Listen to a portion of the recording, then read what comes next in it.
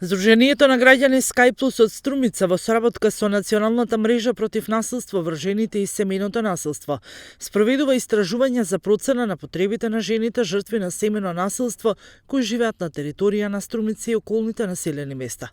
Податоците од истражувањето ќе се користат во рамките на проектот Институционализирање на квалитетни сервиси за рехабилитација на жени жртви на насилство, поддржан од Австриската агенција. А првите резултати кои излегуваат од истражувањето покажуваат фрапантни бројки. За 3 години во Струмица регистрирани околу 1000 жртви на семејно насилство. Ние, Здружение Скај Плюс, кој секојдневно се грижиме за жените жртви на семејно насилство, и според добиените податоци од СВР Струмица, во последните 3 години има вкупно околу 1000 лица кои пријавиле семејно насилство.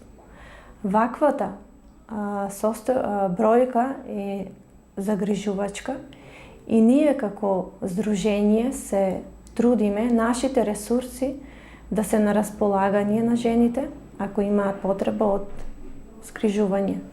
Во шелтер центарот во последната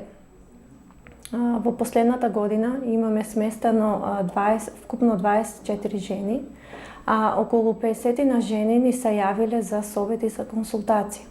COVID-19 ги амортизираше активностите кои беа планирани за работата со младите лица, велат од Скај Плюс, но остануваат на трасата во борбата против семејното насилство. Ние имавме планови за едукација на младите лица за почитување на жената, со цел да се намали појавата на семејно насилство.